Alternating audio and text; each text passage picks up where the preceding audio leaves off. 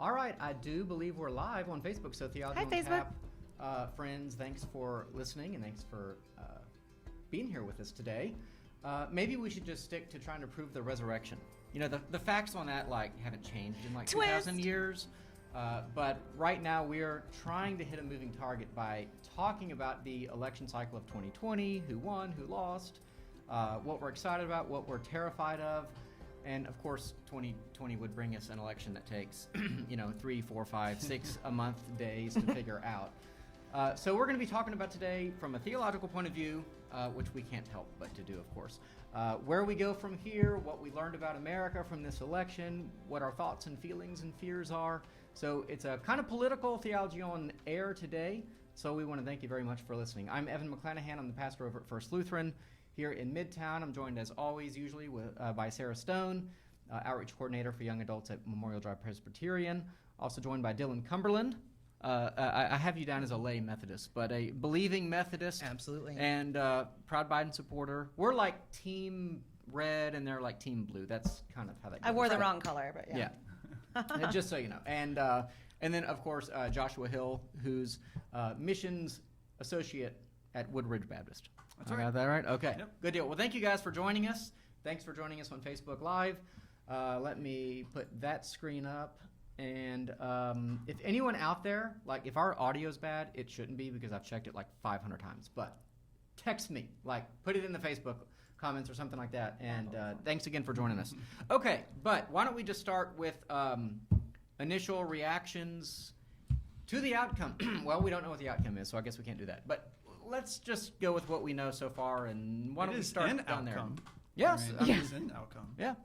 So maybe some initial thoughts, Joshua. Yeah. I would say that I was maybe disappointed at what we've seen so far, but I wasn't really surprised by what we've seen. So it's more disheartened, honestly, by the turnout. Disheartened by the numbers, or afterwards everyone's screaming fraud, or what? No, I'm super encouraged by the numbers. You Yeah. see more people have been voting this year than ever. And so, more disheartened that more people who call themselves evangelicals like myself probably voted the way that they did. And so that's a little discouraging to me, but again, not surprising. I do understand why they did. So. Yeah. What do you think, Dylan? Oh, dear. Oh dear. That's Dylan's thoughts. That's right. Lots. I would just echo Josh. Disconcerted is the word I've been using. Just that I think it's 69 million people voted for the current president, which is great. I mean, the voter enthusiasm's been nice to see. I like that you don't even say his name. It's he who shall not be named. No. It's not a President Voldemort Voldemort. situation. Yeah. No. Don't say it. No, you can say his name, Donald Trump. I can do it. It's just, it goes to me, a lot of this election seems to have focused on personality versus policy. Mm-hmm. And I am very disheartened to see that it seems like personality has won out, or policy has won out, pardon me. Interesting. That the amount of people have been willing to co-sign Donald Trump's last 4 years as signing up for 4 more. Yeah. You guys share that. Yeah, and I'd like to say, on all other accounts, I'm a Republican. I've voted Republican for most of the other races. I think I did Libertarian for the tax assessor just because Libertarians say keep out of my wallet, and, so why not? But Republican all the way, and but yeah, I had to vote for Biden this time, unfortunately. Yeah. What do you think, Sarah? I am kind of the opposite of Dylan, not just in my vote, but I'm glad that people voted for policy and maybe not for personality, because I'll be the first to say I'm not in love with Donald Trump. I'm not itching to go get happy hour drinks with him. But I like what the Republican Party stands for and what they have done and what he's done in his time. And so I was glad about that. I was really heartened to see how many people voted. And I mean, of course, surprised that the polls were so off. I thought for sure Biden just had it in the bag. But the optimist in me was like, But I'm sure it'll be like on TV where at the end everything's nicely, neatly, somehow magically figured out, and now we find ourselves kind I of in can't the middle. wait to feel optimism again. That Aw. must be nice. Well, I think we can We're all getting there. agree It's that there's question number yeah, 3. Yeah. Yeah. Anyway, what about Yeah. you?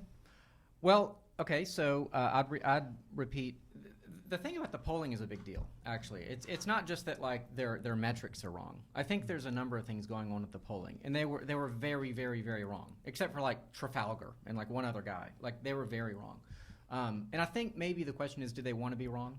Are they trying to make news with polls or trying to reflect? So one of the reasons that Trump has succeeded and won elections and done as well as he did in this one, in spite of the fact that he's an objectionable person in many respects, is because most average Americans, like me, feel that they are not represented by the elites in media, by Hollywood, by the Academy, and by our government. We feel that they think they are the rulers of the universe, hence Twitter censoring what we say and, all that kind of stuff too, big tech.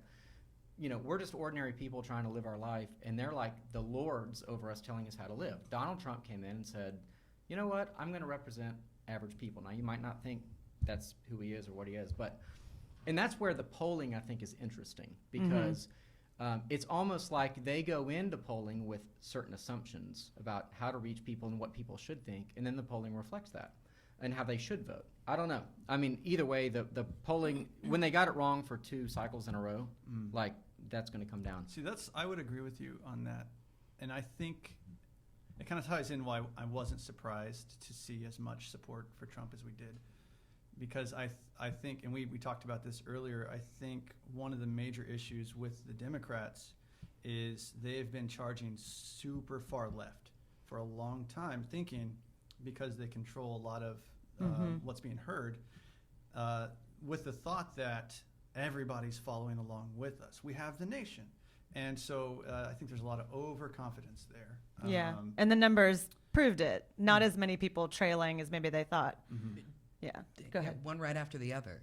Oh, I feel so bad. no, it's quite all right. But- We'll get through it, right? In response to the 2016 election and then the 2020, I've thrown myself into history books. That's just what has given me some semblance of comfort. And are y'all familiar with Walter Lippmann at all? He was the first learned commentator. He started writing around the 1920s. He wrote the first public opinion book, and I think it's called Public Opinion by Walter Lippmann. Check it out.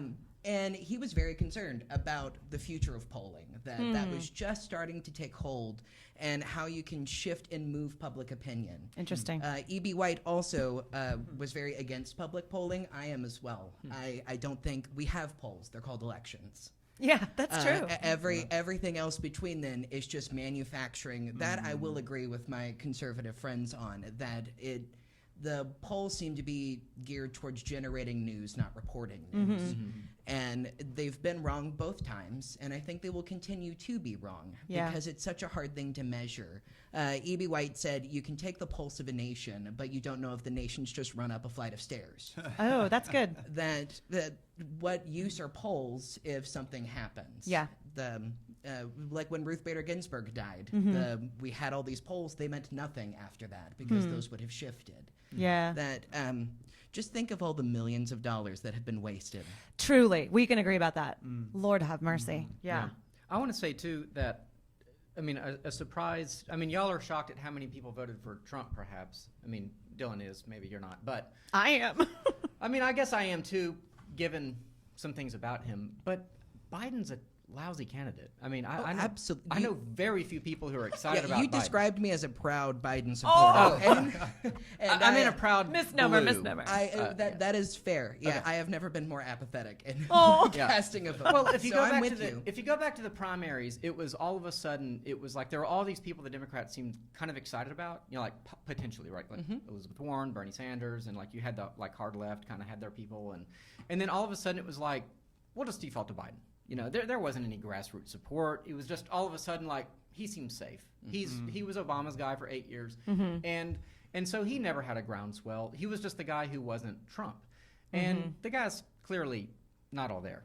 I'm sorry, but it's been funny to watch, though. You have to admit, It's been Oh, fun the to entertainment watch. factor on both sides has been wonderful. I was going to say that is a gripe I have with the right side. That They I overplayed that hand, I but am go ahead. willing to co-sign that Joe Biden is a doddering old man, so long as everyone else is willing to co-sign that Donald Trump is too. Sure, or a buffoon who says I don't things know. long before I mean, he Donald should. Trump is doing 3 rallies a day, 30,000 people at each Sure. one, flying all over the country. Where But he Joe never Biden finished a literally- sentence. Oh, well, that's just the way he talks. I agree. Okay. The man needs right, to- which is He's doddering awkward. and concerning. Yeah. Yeah. No. If you looked back at, say, his Donahue or Oprah interviews on YouTube, he talked the same way. It's a very odd way of speaking, and I don't like it. But I mean, Biden would campaign and in the day at 9:30 in the morning. I mean, that's weird if you're trying to run for president. I mean, I'm just saying that if we're gonna have a referendum on a person, you can't say that Trump, for all of his faults, didn't work hard, didn't get a lot done in his 4 years. And for all of his moral failings, he seemed to be a morally upright for those 4 years while he was in office, which is more than I can say for some others. Do you Clinton. think, since you said you were apathetic about this candidate, but your team blew, do you think that Biden was chosen kind of because he could be a little bit of a puppet for the Democratic Party to kind of wield how they wanted? I don't think so. I think I was talking to a friend right before Election Day, and I think he said it best, that Joe Biden is just a Democratic Bob Dole. That in 1996, it did not look like a Republican was going to win, and it was just Bob Dole's turn. Oh, And take one for the team. That's right. And same thing with John McCain in 2008. I think he didn't have much enthusiasm. It was just his turn. Interesting. See, That he had run before, and sorry. Oh, no, go ahead. I interrupted you. Oh, that he had run before, and the party just lined up behind it because it was his turn. I feel the same thing happened with Biden. I mean, I was a precinct captain for Elizabeth Warren. She had my money and my vote. But another county judge I know had said that in all of his years in politics, a friend will cross the street to vote for you, but an enemy will swim across the river to vote against you. Yeah. And I don't know how much enthusiasm he really needed. Yeah. Yeah. I feel like That's he true. was.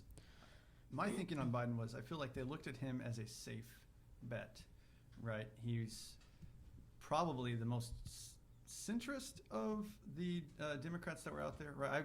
I can tell you right now, I would not have voted for Bernie Sanders if he had been on the ticket. And I'm not sure I would have voted for Warren because there's a lot more progressives, right? And they're going to get that progressive with Kamala on the ticket, right? So they felt that, hey, we can still get what we need in addition to getting And then some more some. centrist votes by Like putting yours. Biden on the ticket. So That's interesting. Yeah. Well, what did you guys? By the way, we do have some kind of. I won't be able to keep up probably some. I have it open too. Okay, questions on Facebook, like how is Donald Trump an average person? A mutual friend writes. Oh, he's not average, but I do think he sometimes represents the average man. I Maybe get a, we yeah, didn't I wanna get a answer that. genuine sense from him, even though he is a billionaire or however much he's worth. And lives in a golden tower. He lives in a golden tower. But Lives in a but- golden but- town. Sorry. But whether it's real or not, I do get the sense from him that he understands average people. he resonates with, and this is what Democrats do not understand. They shot Right. so far above the working class people, and you can see it. Where's the red in our country? Where are the farmers and ranchers and manufacturers, right? The people who are helping Well, run our country. who got the money from Wall Street? It wasn't Trump. People think that, but Biden. Yeah. I mean, here's what I think is actually very interesting about this is the fact that the Republican Party, especially under someone like Mitt Romney, was the party of corporate America, was the party of Wall Street and the stock market and da da da da. That's really changed. Trump is a populist. He speaks for average people. The Republican Party, I believe, he has shifted it to speak for average people. The left is run by big tech, by Wall Street. That's why you see. That's why there is this is just my point of view, but that's why you see an interest. That's why when Trump is waging war against China, why is that now a conservative thing to do? Well, Wall Street doesn't want us to be at war with China. Wall Street wants us to be trading with China. Blah blah blah. Trump is actually fighting for tariffs. He's actually, in some ways, could hurt manufacturing and things like. Anyway, I think that has been a very dramatic shift that has gone on. Is that while they speak for the average person, I would argue that the Democrat Party is skewing towards the Elitism. financiers, the elites, Hollywood, the academy. I wouldn't say he speaks for the average American because you look at man, we're pretty Trump, you evenly mean? split. Yeah, I wouldn't Okay. say Trump speaks for the average person. I would say he speaks for the average blue-collar worker. I would say he speaks for the average hardworking American. And I feel like there's also a lot of people who were, for better or for worse, were left angry by the Obama administration, who, man, they just monopolized on that, and they're still monopolizing on that. So What were you I feel gonna like say? Well, I just I wish I would know what the conservative critique was, whether we're run by Black Lives Matter and people who are burning cities down or whatever, or if we're run by big tech. Yes. Sure thing. Are they not part of the same ilk? Is that possible that they're not? I don't know if using the word ilk is winsome, but I think. Is that a negative word? I don't know. I think sometimes it's used. Oh, okay. I didn't know that either. Okay. We're learning. This is There you go. wonderful. See, if you're maybe listening. I'm just sensitive. the I same would worldview. say that their worldviews are aligned, yes. However, I wouldn't go so far as to say that President Trump speaks to the average American, because I don't know what the average American looks like. That's fair. If you break down the country based off of like the diversity, the most American-like city, the one that mirrors America the most, is Hartford, Connecticut. So if we want to go with that, then the average American is someone who lives in Hartford, and I can tell you it wasn't close there in Hartford. No. The man who has no less than 3 that I can just think of off the top of my head, billionaires that are in his cabinet, who signed into the largest tax cut in American history that folks like me did not see any change. Maybe y'all did. I don't know. But the change was definitely felt at the top. And to me, that doesn't seem like Average people got tax breaks. That's a fact. okay. Yeah. I never considered myself average, so I'm glad Oh, we to don't know consider you average either. either, Of Dylan. course. I am course it's- exceptional. We're all exceptional. That's Yeah. why we're here today. Yeah. That's why we invited you. Thank guys. you. Yeah. Wow. Also, Yeah. so we won't be censored because we have our blue voice. Oh Yeah. dear. I'm joking. Well, I'm just. I mean, it may be that Donald Trump hates ordinary people, average people, the little people. I don't know. He might be like the boss in Christmas Vacation that never remembers his employees' names or whatever, that does the Jolly of the Month Club. He might be that guy, but he doesn't come across as that guy. I think a lot of it's called muscular class, for example. People have put that phrase out.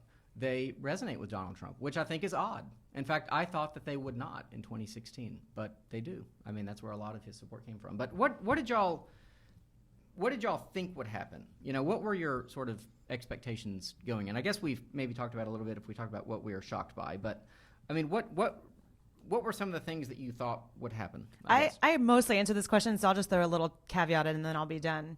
I thought Biden would take it in a landslide. I also thought he would get way more of the non-white vote that he actually ended up getting, especially if you look at places like Miami-Dade County. Or the Valley. Did you see Yeah, what happened in the Valley? I did. Nevada? It's a surprising number of What valley? In Texas. Oh, okay.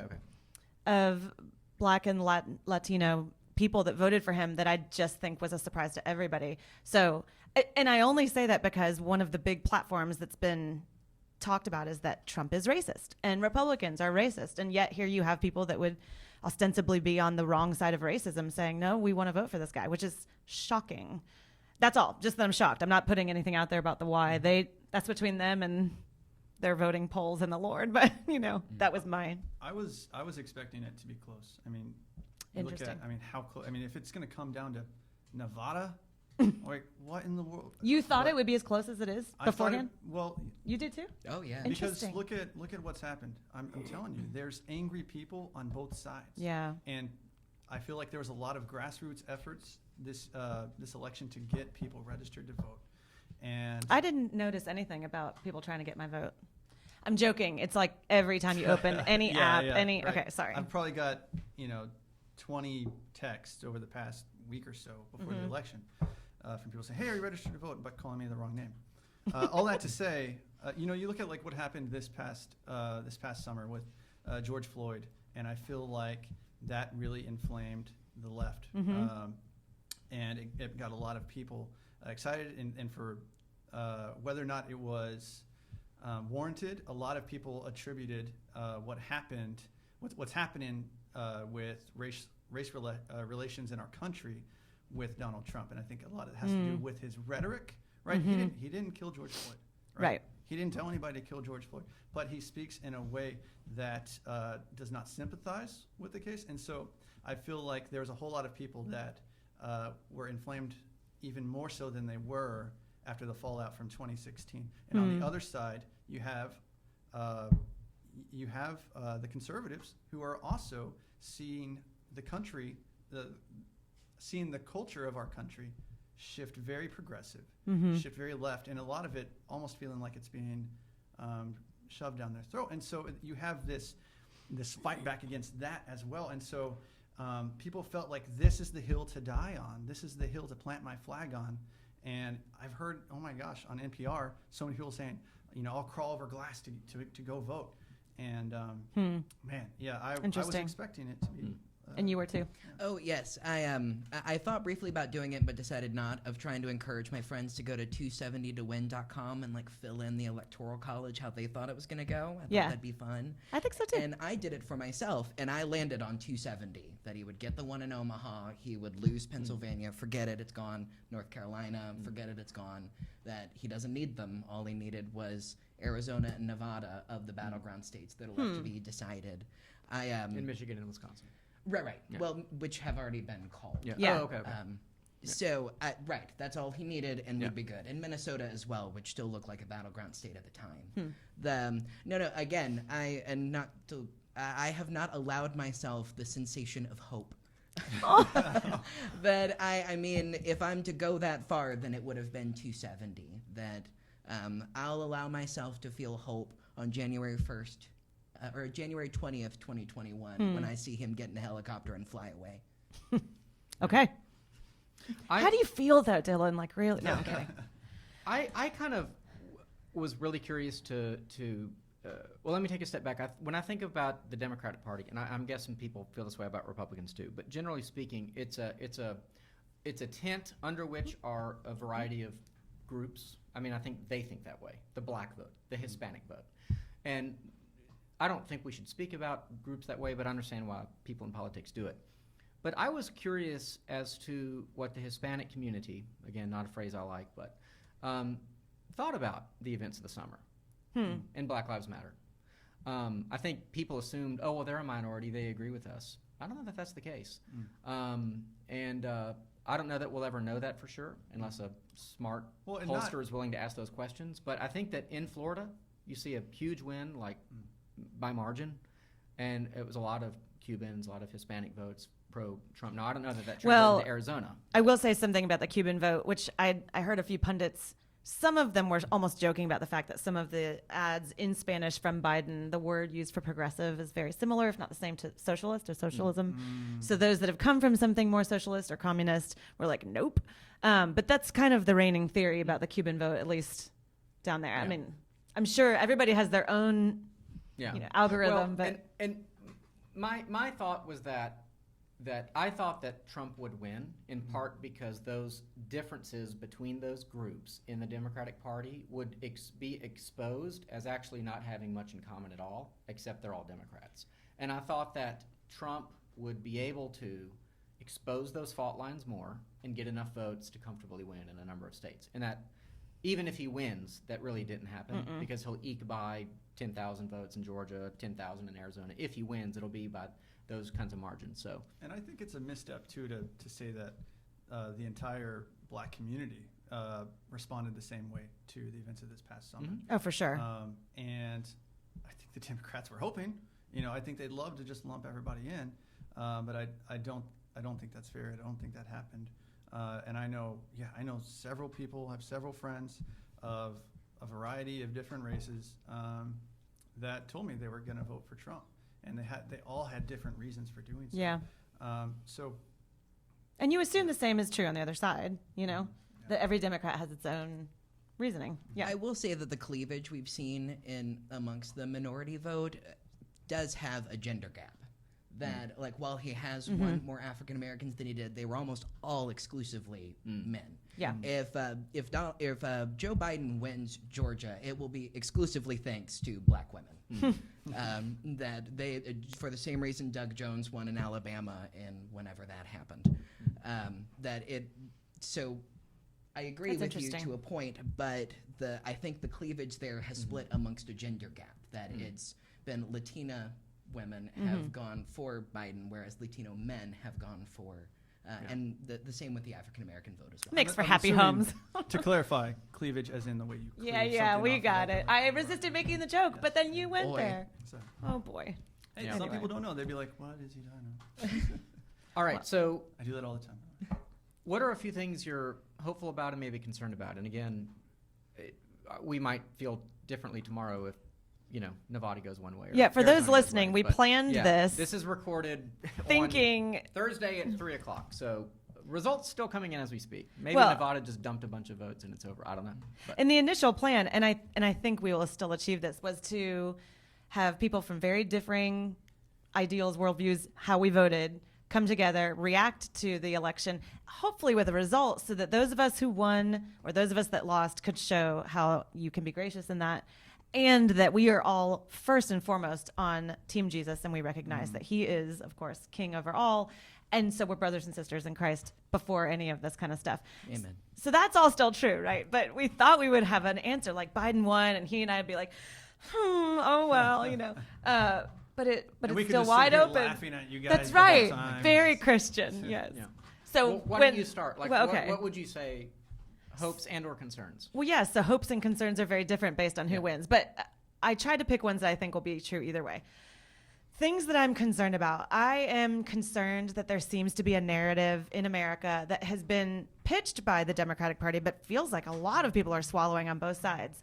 That America is this sort of bad, evil, racist place where things are all broken and need to be, just broken down and to the studs and taken back up. I think that narrative, and of course it goes along with critical theory and critical race theory, which I think is toxic, and I know that not everybody agrees with me about that. That's my first concern, and I don't think that's going away regardless of who wins, right? Another concern I have, if Biden wins, is economically. I'm concerned about higher taxes. I'm concerned about more lockdowns that'll hurt the economy.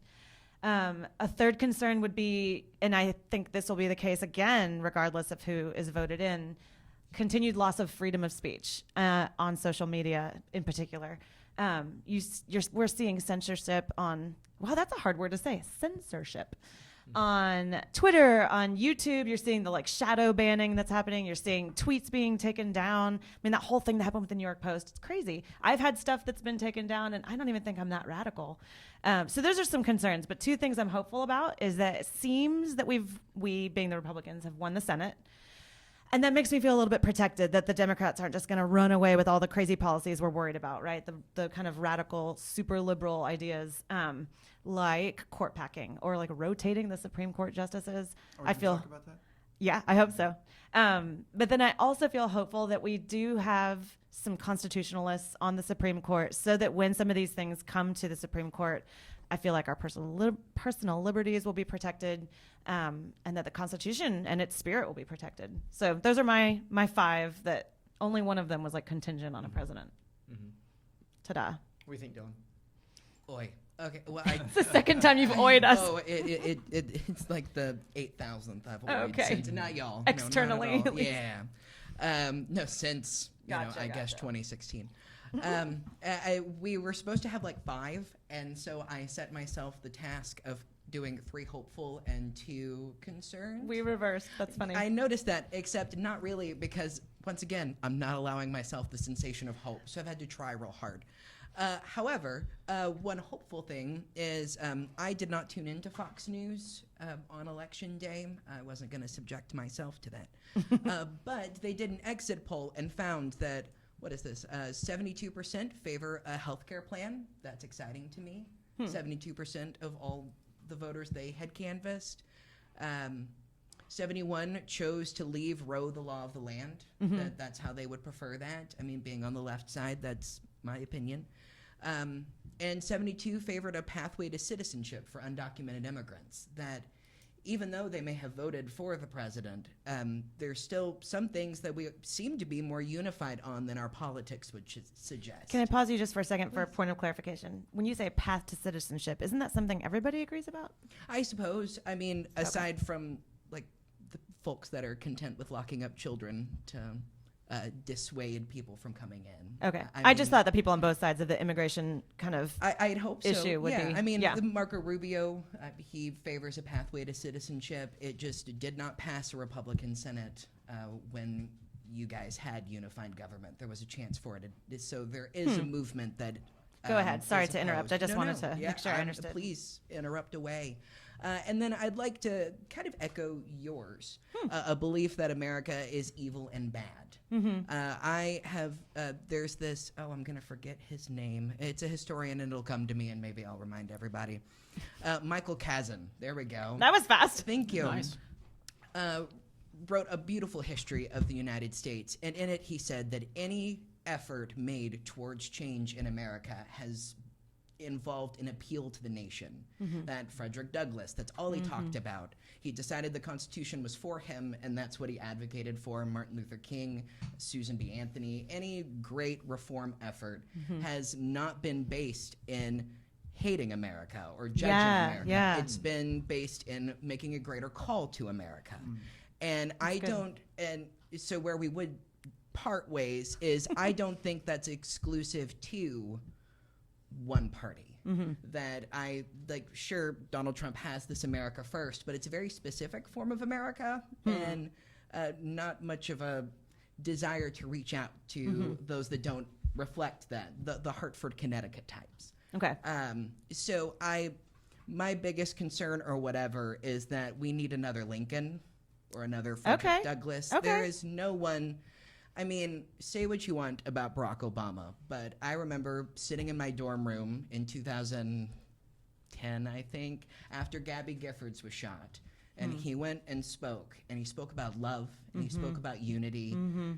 And that I have not seen much of that from this president, even though we have had similar instances.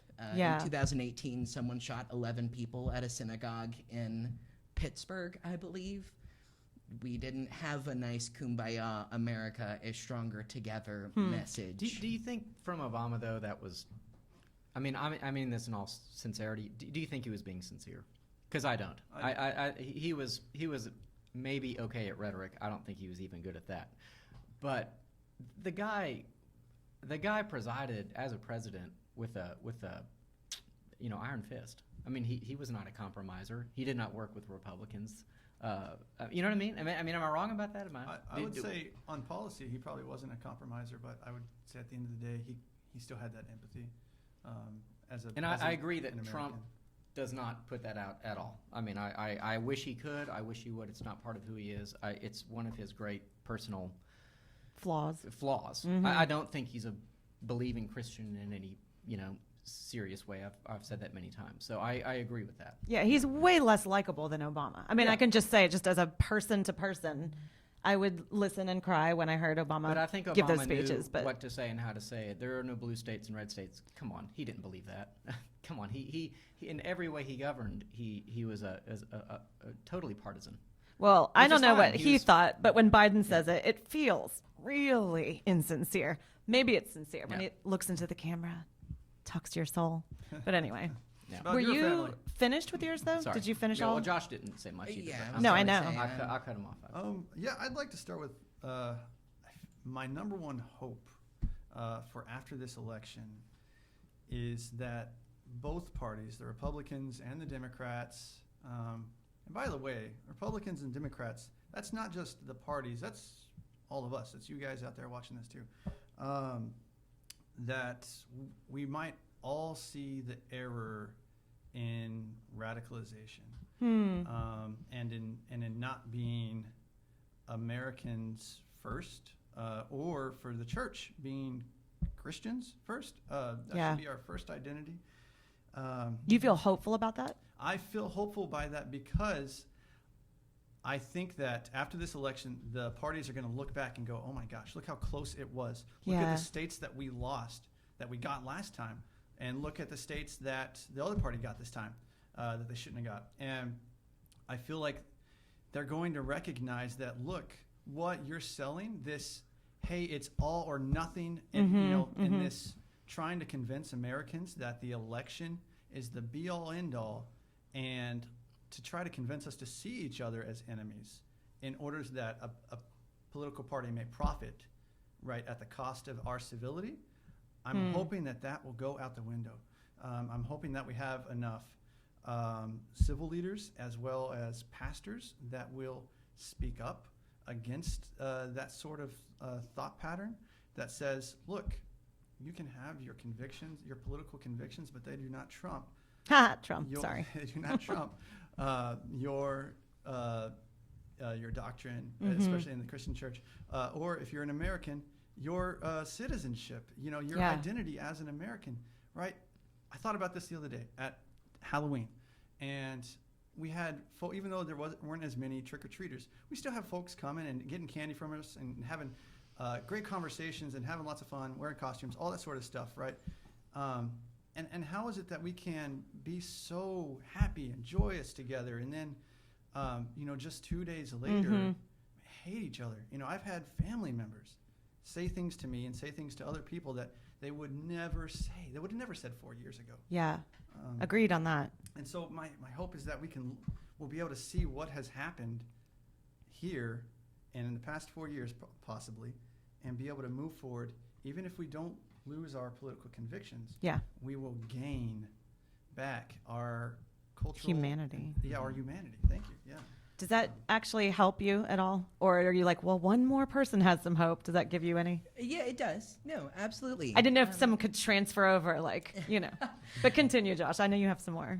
So that's my number one hope. And my wife says I'm an optimist. I probably am. I think it's attainable. We just have to do the work. My number one concern is that our international ties, if Trump wins, our international ties will continue to diminish and weaken, and that democratic nations around the country and the bonds between them will also weaken, and authoritarian governments like Putin and like Erdogan and Turkey and Ping and China are going to become more powerful and have more sway, because just like a lot of people have been saying lately, we are better together, and that includes the international community. We can have disagreements about things, but we can't just write each other off and stop the communication. That's my number one concern, and I won't go into all the others because I know we're running short on time. I'd share a lot of what Sarah said. I actually would. I mean, this is maybe practical. A lot of this is practical, but I don't like the way we're voting. I mean, I guess early voting is fine. I voted early, but generally speaking, it seems like the norm should be in-person voting. And the fact that we're counting votes 2 days later and we're mailing out votes to everyone, I hope that doesn't catch on at all. But I mean, it has in Oregon and Colorado. That's how they've been voting for years. They just for what it's worth. They mail a ballot to everybody. In the state of Oregon for about a decade now. Every registered voter gets a ballot. But it's not screwing things up. So what are they doing right that we need to then simulate in other places? That's a very good question. I guess fund the Postal Service. Yeah. They weren't equipped to handle this. And I don't blame them. Yeah. I'd say, like Sarah, I'm hopeful either way that we still have gridlock, with the Senate, I guess, if it, staying in Republican hands, if that's gridlock is good. Our federal government was established to basically accomplish very little. The fact that all presidents do as much executively as they do is not a good sign. And so therefore, I guess like the court would not be packed and rotating justices or whatever. That I would think would sort of go off the table. But I'll say I like Sarah. I'm concerned about the kind of I think what's different, say this year from previous years, is that people feel like their country is changing before their very eyes. There are things that are being advocated and normalized that would have been unheard of. I mean, so the fact that someone writes a book and is interviewed positively on NPR called In Defense of Looting. Oh, jeez. You didn't hear that? In Defense of Looting. I've read the book. Yeah. Of course you have. You've read so many books. That's crazy. Yeah, I mean, awesome. So I haven't read the book, so maybe there's something in there that would utterly shock me, and I might agree. But the idea that violations of the Ten Commandments is a normalized way to give people voice is suicide to a nation. So yeah, I mean, even there were riots last night. I'm like, why were there riots last night? What was going on? They're just practicing. I mean, what's But it seems like more and more our nation is infantilizing. There you go. I don't know. We're not able to understand as adults. But we talked a minute ago about like unity and like things like that. I'm like, well, what are we united about? I mean, so let's say that Obama on the one hand spoke a great game, and like I don't think he did much for unity. I think it was just rhetoric. And Trump speaks no game at all. But actually, if you look at the minority numbers in terms of his vote, he seemed to have done something. But the question is, like, what is America? Like, what defines America? Who is America? What is America? What would we be united around? And it has to be our founding. It has to be the Declaration. It has to be the Constitution. It has to be those things. And we have people now saying that, say, originalism, as we talked about on the previous show, is racist, sexist, and homophobic. I mean, so basically, in many respects, Antifa, these are not movements that want to get back to our founding. They want to destroy our founding. That should be obvious if you're just listening to what they have to say. So, Evan, there is no Antifa. It's just an idea. Okay. And originalism was invented in the 70s. Oh. Maybe it needed to be. Maybe it was assumed Sure. that a social contract. What changed in the 70s? Well, postmodernism, deconstruction, the idea that the ideas that someone presented when they wrote something, we can interpret it in a different way from what the author would have intended. That would have been. I just mean we had done that for like 150 years up to that point. Yeah. And Well, we owned slaves hadn't for longer than crumbled. that. Yeah. So, things change. Sure. Yeah. Okay, but what do you think this tells us about America? What do we think? What the election tells us, and just all the pre-election? Yeah. I've been very discouraged lately, a little bit like Dylan. So I don't know what the future of America looks like. I mean, regardless, listen, I will say this. If we count the votes fairly, whoever wins, wins. Like, I'm not going to be one of those people protesting on the street corner, like, it wasn't unfair. But there was just so much vitriol to get us here. And, I posted something recently about the fact that I work with and I engage with a lot of people that disagree with me about worldview stuff, theology. And it feels like you can have those conversations left and right. I can talk to an atheist and we can almost have a sense of humor about like, you're crazy. You believe in this religion that starts with a talking snake. And I'm like, I know, it's kind of crazy. And a guy rose from the dead. And yet I think it's true. And we can have a beer and we can go home and we can still both believe in our worldviews and love each other. I have had that with members of my own family.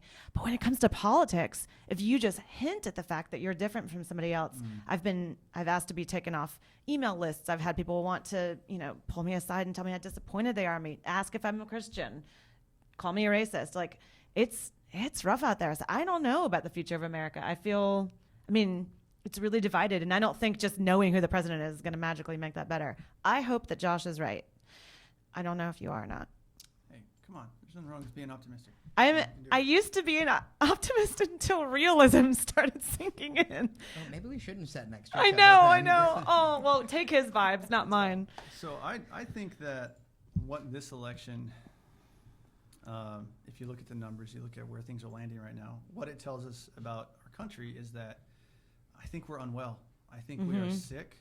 And I think we're in a really, really dangerous spot. We're not right. A lot of people say this is the worst time in the history of our country. That's so stupid when we've had a civil war, right? Yeah. We've had slavery. We've had all these different things, right?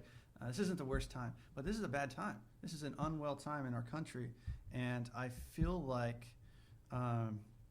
what has happened is the connection between the right and the left, man, is just hanging on by a few strands of sinew. If you look at it from, What is that sinew, do you think? Like, That- what is it conversations like these where we can like sort of appeal to a higher connection? That's exactly it. It is people remembering that they are people, that they're humans, Yeah. that they're Americans. Because what we have is the folks on the right who are becoming so angry at the push of the left, the progressiveness of the left, and they're seeing what they consider a loss of their culture, right? They're seeing things that make them angry, like abortion and things like the breakdown of what they see as marriage and all sorts of stuff like that. And so the right responds aggressively, and they've dropped what I believe they've dropped the Bible for a gun because it's like when you back a dog in the corner, what's the dog going to do? Whereas a good dog yesterday, but it's going to bite you. Yeah. Right? And so I believe that sinew, the way that you can bring back those sides is the folks on the right have to be willing to remember, you're not an American first, you're a Christian first. Okay, start having more of these conversations, right? You can still have your beliefs, you can still vote the same way, right? But do not vilify your neighbor, because if you're vilifying them, if you're seeing them as an enemy, then I guarantee you, you're not witnessing to them. And if you call yourself an evangelical and you're not evangelizing, right, if your priority is to try to convince somebody or shame them and to vote in the same way as you, then you have lost both fights. You've lost your spiritual fight and you've lost your political fight, because they're going to run the other way. Well, and I think also it gets back to, and I know you're itching to say something. Oh, maybe not. Always. That when you're vilifying them, you're denying what God has told us is true, which is that everybody's made with his stamp, with his image, an image bearer of God. There's something really powerful about that I feel like gets forgotten in all of these conversations. Anyway, what were you going to say? Oh, I was just going to echo both of y'all, actually, to a degree, that we have lost that sense of sinew and continuity, that we seem to rely on party more so than we do as an American. And that is problematic. I mean, that's a big concern I have, is that we're on our, what does this tell us about America? That it does tell us we're deeply divided, which is, I mean, I don't think anybody can walk away and say, oh, no, we're fine. Yeah. I am concerned for a variety of reasons, for my own personal liberty as well. I'm not, I'm gay. So my marriage is on were I ever to have one, is on the docket. I was like, as you well. have news. I No, did no. not know. Okay. Oh, boy. No, I'd have to leave the house. Sorry. But we have a 6-3 conservative majority on the Supreme Court. Thank you, Mitch McConnell. Well, I wouldn't say they're conservative. They're constitutionalists or originalists or textualists or something like that. I'd say 5-4. But I firmly believe that Elena Kagan and Sonia Sotomayor and Justice Breyer are all constitutionalists as well, just of a different flavor. But Would you say of a different ilk? I'm saying conservative. Sorry, I just had to do. Okay. No, I love that. Okay. I just wouldn't use the word conservative, because that's a political designation, and the job of a judge is not to be political. It's it's to Ideally. understand the Yes. Well, depending on your philosophy of Right. reading a document, it's to be either interpret it in the modern context, or it's to understand what the original author wrote. But anyway, So yes. yeah, off the bench. But you're Right. you're concerned that Obergefell could be overturned or Roe could be overturned. Correct. Okay. And if I could, I guess, explain my concern in telling a story. In We love stories. Yes.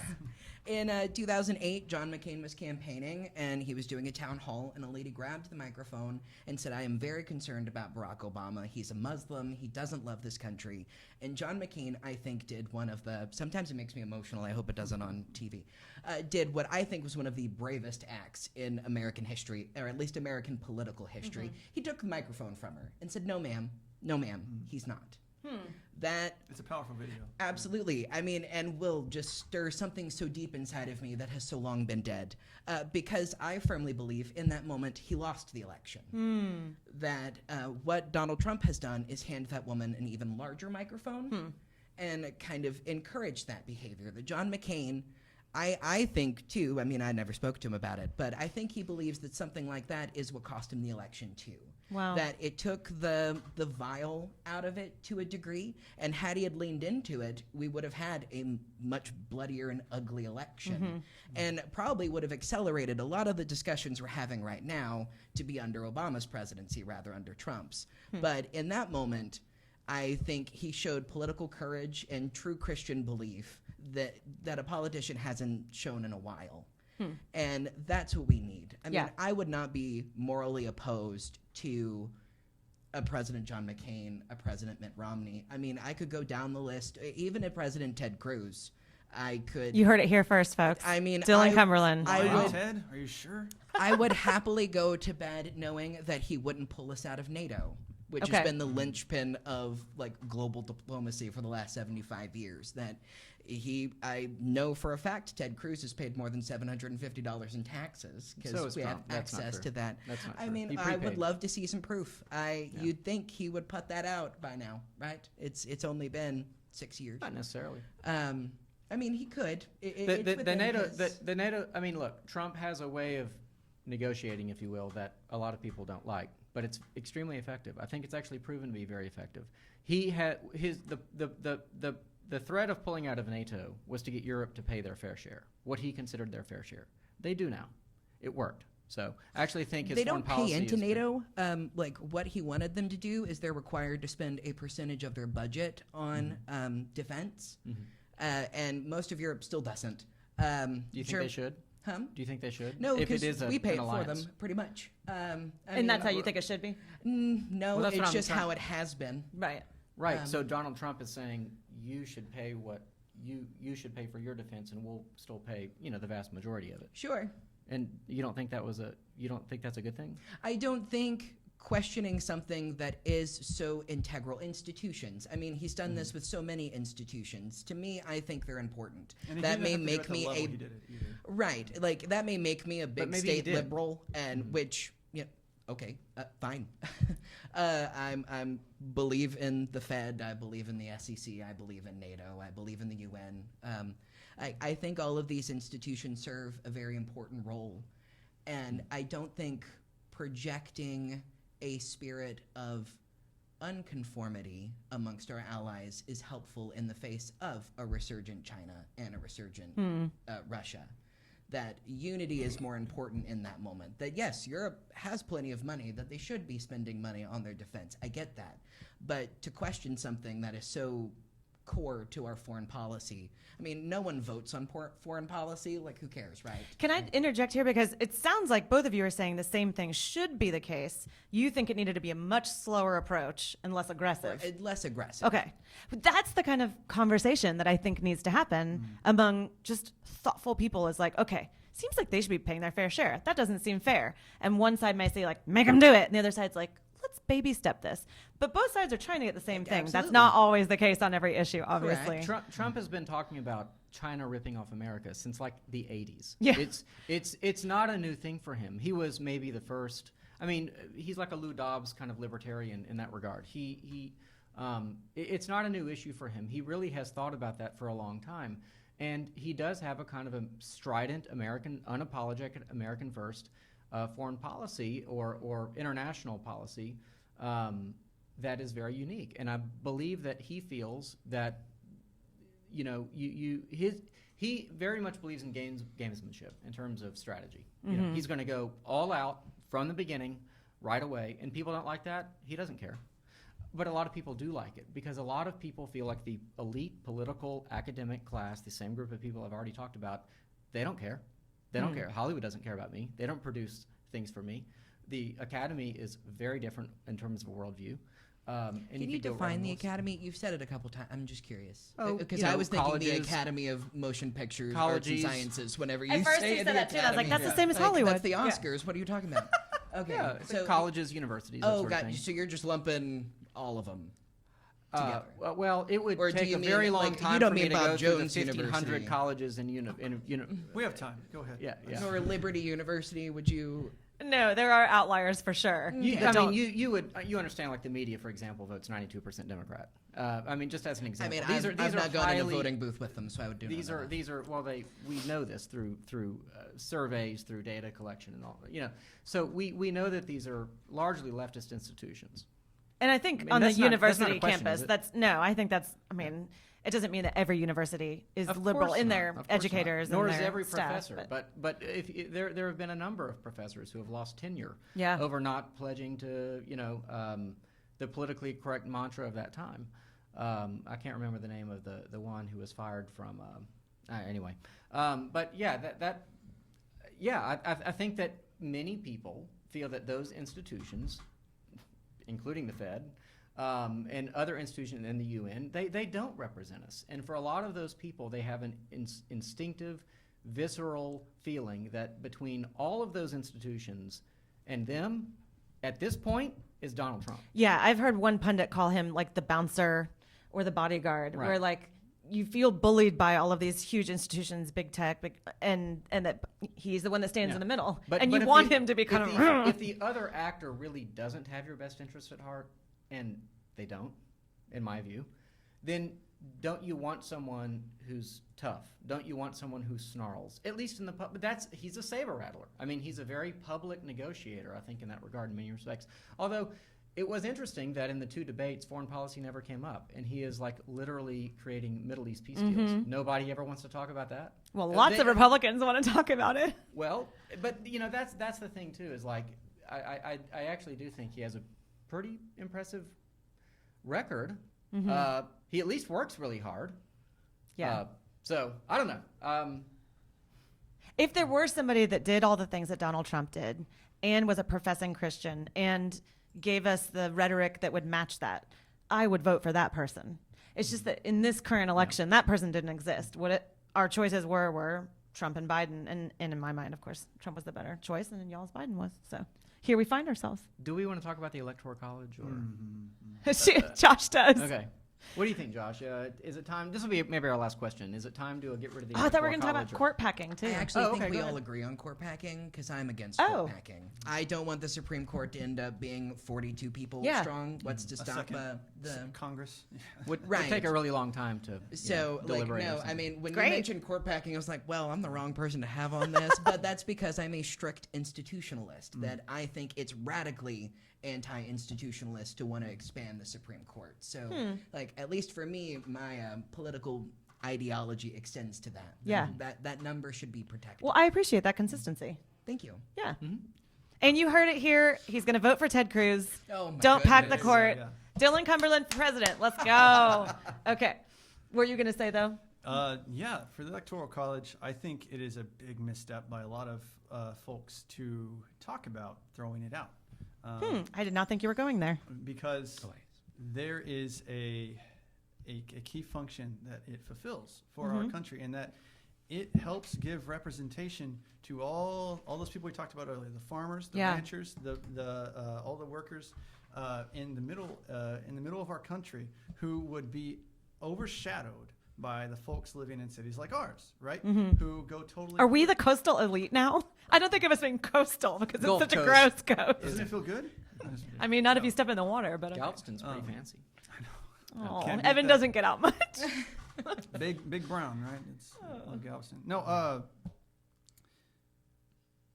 the Electoral College. It speaks Maybe, up. maybe It gives a explain what voice. it does. Yes. Like, explain what it does in case. Yeah. So what it does is it makes sure that your state is represented by the folks that live in that state. So if not Nebraska, that's a bad example, but if Oklahoma, right? If 75% of the folks in Oklahoma vote Republican, right? Then all the electoral votes will go to the Republican candidate. However, if the Electoral College was not there, then it would have just been it goes down to a popular vote. And so, of course, you can see Biden is way further ahead in the popular vote of the country. So Oklahoma would have no representation.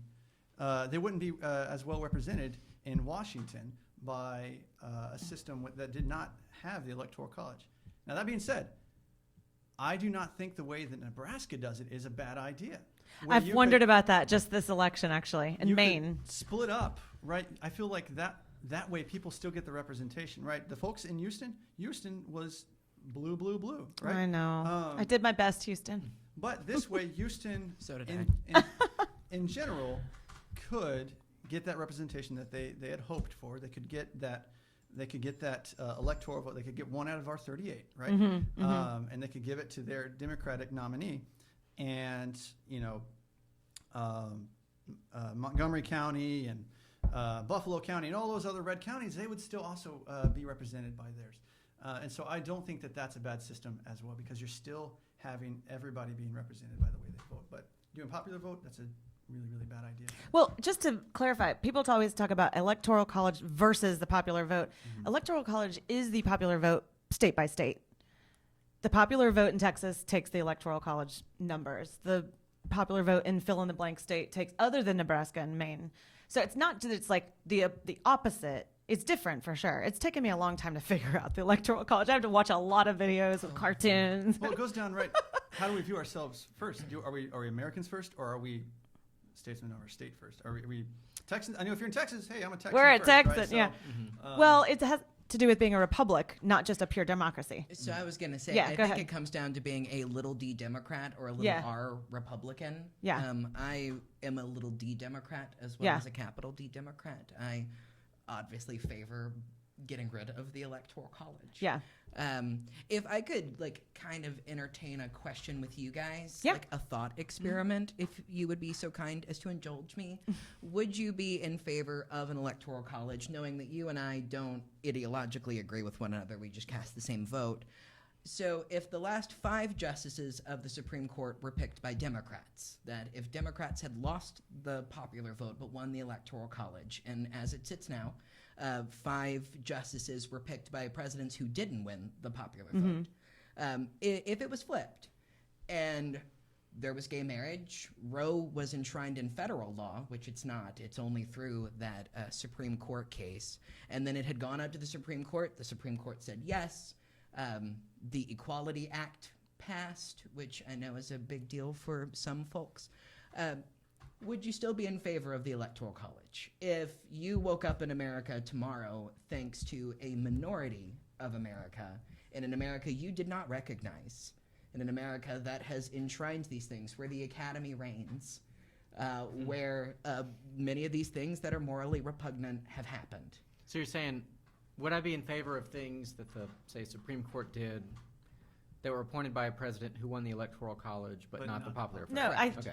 I thought you were basically saying, what if Hillary won and she had put all these people in place that would be different from... And I'm fine with that too. Okay. Like if she had not won the popular vote, but like resurrected Jeffrey Epstein, made him Secretary of State, you know, if she'd have just gone ham. This escalated quickly. And Yeah. like, would you still feel the same way? I'm not trying to. I'm just genuinely very curious. I have a hard time separating. It's maybe I'm not understanding the question correctly. To me, it feels like a false dichotomy. Like the way that we do things with the Supreme Court justices is its own sort of entity. Sure. But I meant like, so had, who did he run against? It had Al Gore become president, winning the popular vote, or winning the Electoral College, but not the popular vote, and then George W. Bush appointed 2 Supreme Court justices, right? And then Donald Trump didn't win the popular, you know. Sure. So I'm just asking if it was flipped. Yeah, I would like to think that I would, because the purpose of the Electoral College is to give... Okay, so like it was recognized early on that there's a different dynamic in the city and outside of the city, in metropolitan areas and outside of metropolitan areas. Now, they didn't have Democrats and Republicans as parties yet, but the same ideas would have prevailed. The idea that sheer numbers of people makes something right. The Electoral College is an argument against that because the states... It's very Alexander Hamilton. Yeah. Because the states give rise to the federal government, not the other way around. So it's impossible. Now, we might... It's hard for me to imagine it ever going the other way, because as cities grow, then the Democratic Party, their vote totals will likely rise with the rise in cities. And so it's hard to imagine a day when a Republican will ever win the popular vote. I guess it's possible. I mean, it did happen. Bush won it the second go-round. Against Kerry? Did he? Okay. Would it bother me? It might, but like if that scenario played out. But it's also really hard to imagine that ever happening, precisely because the people I'm most affiliated with ideologically are, you know... But in a democracy, shouldn't you see that you're not winning the popular vote, so what am I doing wrong? Like, I'm not reaching the people that I need to reach, that I would rather win the popular vote. Not at all, because there is the Electoral College, so they build a campaign strategy given that. I mean, why didn't Donald Trump campaign in California? Yeah. The same reason he didn't campaign in Texas. I actually wrote down all the places they went to the last week of the election, and it totals less than 10 states. Of course. I believe if we didn't have an electoral college, it'd be spread out. They would have to hop around to the cities. That would be the for Omaha sure. That's might true. Actually get visited by a president for the first time since William Jennings Bryan. Well, actually, ran. didn't Trump go to Nebraska to try to get? Oh, I don't know. I just picked a state no one cares about. Yeah. So like Oh, Montana. sorry, all our Nebraskan Actually, I listeners. think Trump went to a lot of places All 7 of you. that people don't care about. In fact, a lot of the places he went were tiny little towns. Well, and in the same way that Joe Biden went to Wilmington a whole lot, which I don't imagine y'all care about. Yeah. Like, no, I get you. But you build a campaign strategy based on the Electoral College. You don't build it on winning the popular vote I because think it You're right, Yeah. but we're kind of like entertaining if that wasn't Yeah. the case. yeah. Yeah. I think the A Electoral hypothetical. College, it adds, it's like a built-in checks and balances system for the electorate, in my opinion, because if you have this charismatic thing, right, and we've seen it happen throughout history where a bad idea can be extremely popular among people, either, for a variety of reasons. Let's say this is just a example. He's going to use the S word. We all know it. Go ahead. But let's say this summer, right, it became very, very popular, right, that, you know what, the problem in this country is white people. And it's clear, we have all this evidence of all the things white people have done. And it became very popular, go punch a white person. Or let's institute a law of, hey, if you're white, you have to serve, this would never happen. This would never happen. Sure. But if it became popular, right, and we were by popular vote as opposed to the Electoral College, you could see how bad ideologies, it could be very, very, our republic is more vulnerable, I feel like, in that state. Because if it just goes to what's popular, look, Cardi B, Justin Bieber were like popular, right? Yeah. And I'm sorry, if you like That's those, terrifying. if you like those bands, right? I'm sorry. I love Cardi B. Well, way to go. That's awesome.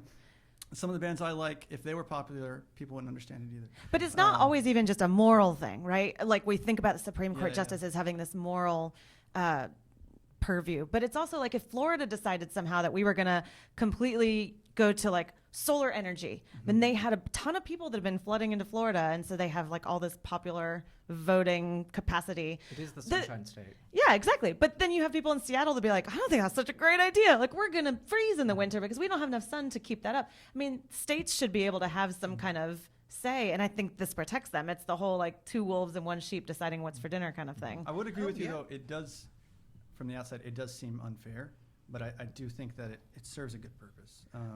Sure, and I mean the founding fathers thought so, or they wouldn't have done it. It's Yeah. just the founding fathers, or almost all of them, were highly suspicious of the people. They were not in Of what people? 1783. I think John Adams said that Boston had disintegrated into a downright democracy. that was a dirty word for those folks. The idea that the people were largely uneducated and we had to put in stops and breaks. Why I was curious about that like thought experiment that I brought y'all along with was that it just seems that particularly the folks more on the right seem to be highly suspicious of institutions subverting the will of the people. Yet y'all are speaking in favor of an institution that, I mean, I'm a strict institutionalist right up until it gets to that. What that's institution are you saying? the Electoral Electoral College. Oh, yeah. Like that institution was put up to act as a brake for democracy. Sure, I get that. We just are way more democratic, again, little d democratic, than we were in 1789, that women couldn't vote, people who didn't own property. And to your point earlier, when you said that the power flows from the states, I would disagree with that.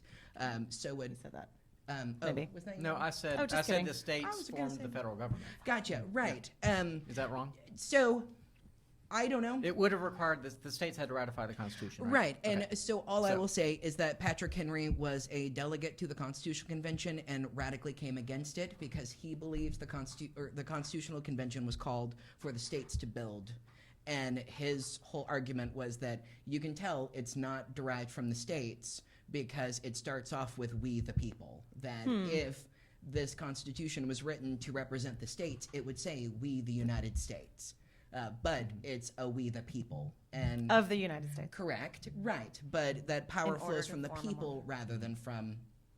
Can you say the whole thing? At one point I could. Oh, nice. But only in musical form, so you guys Oh, would you have to sing it listen. to Schoolhouse We Rock? the Schoolhouse people Rock. Yeah, of oh, the yeah. United States. Okay, anyway. Yeah.